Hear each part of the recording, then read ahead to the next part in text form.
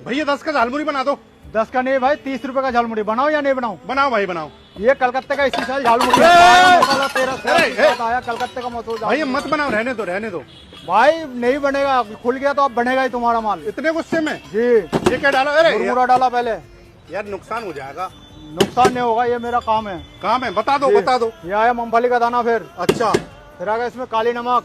काली नमक। कितने आइटम होते हैं टोटल? 17 आइटम होता है। फिर इसमें आ गया अजवाइन, जो अजवाइन। आपका पेट का गैस नहीं बनाता कभी भी, अरे पेट फूला पड़ा है पूरा। बिल्कुल शाम हो जाएगा। ये क्या है? ये आमचूर है। अमचूर। थोड़ा सा और डालो, थोड़ा सा और डालो।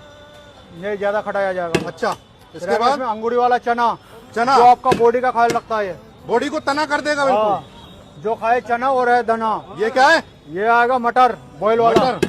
ओए ओए। फिर आएगा इसमें कबली वाला आलू। कबली वाला आलू। कबली वाला आलू मीठा नहीं होगा, शुगर कबली क्या होता है? ये कबली वाला आलू लाल वाला होता है, बिल्कुल मीठा नहीं होता। ये बाहर का होता है?